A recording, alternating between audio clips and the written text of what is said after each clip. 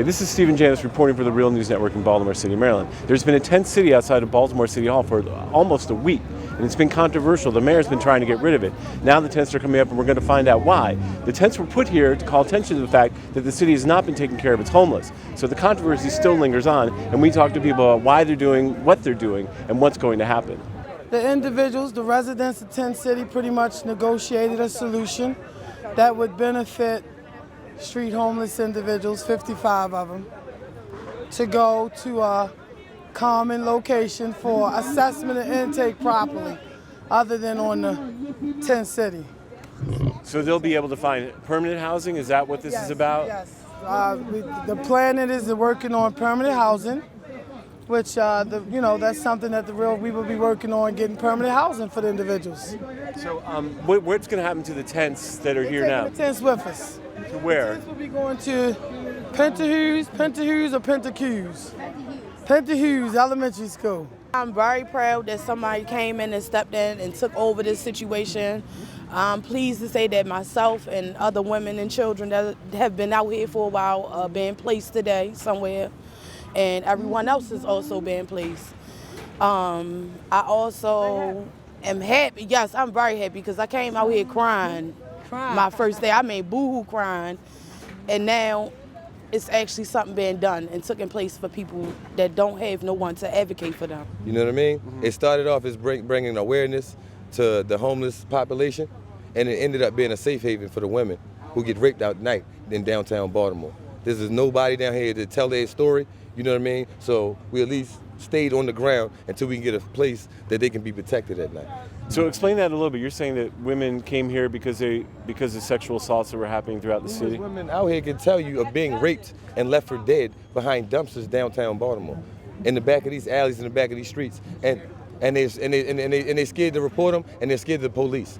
When the one woman, I asked her, well, why didn't you tell the police about this? She said the police watched it happen. Now, while this is a huge problem, and she did offer us a Band-Aid, because I do believe it's a Band-Aid to fix a really serious wound, but it's a start. I want to say thank you to her. The people are grateful. They're going to try to make the best of it. These people have been out here in the rain, in the heat, mosquitoes, no food. The donations from the people that came in were tremendous. So I just want to say thank you. It was a great effort. It's a start, and we're going to try and make the best of it. Many people know that it was 10 years ago, almost today, that Mayor Dixon initiated her plan, a 10-year plan to end homelessness forever. But that plan was abandoned by the subsequent administration and Mayor Stephanie Rawlings-Blake. And many people say that decision and that de-investment in services for the homeless is why we're here today. They also want residents to sign a waiver before they enter an intake facility where they will begin the process of finding a new home.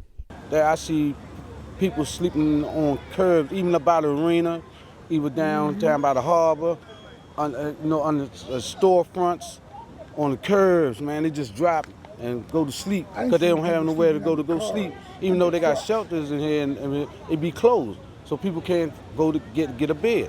You know what I mean? It's devastating around here, man, and especially in this downtown area of Baltimore, man. People just sleeping, just dropping anywhere they can find somewhere to sleep.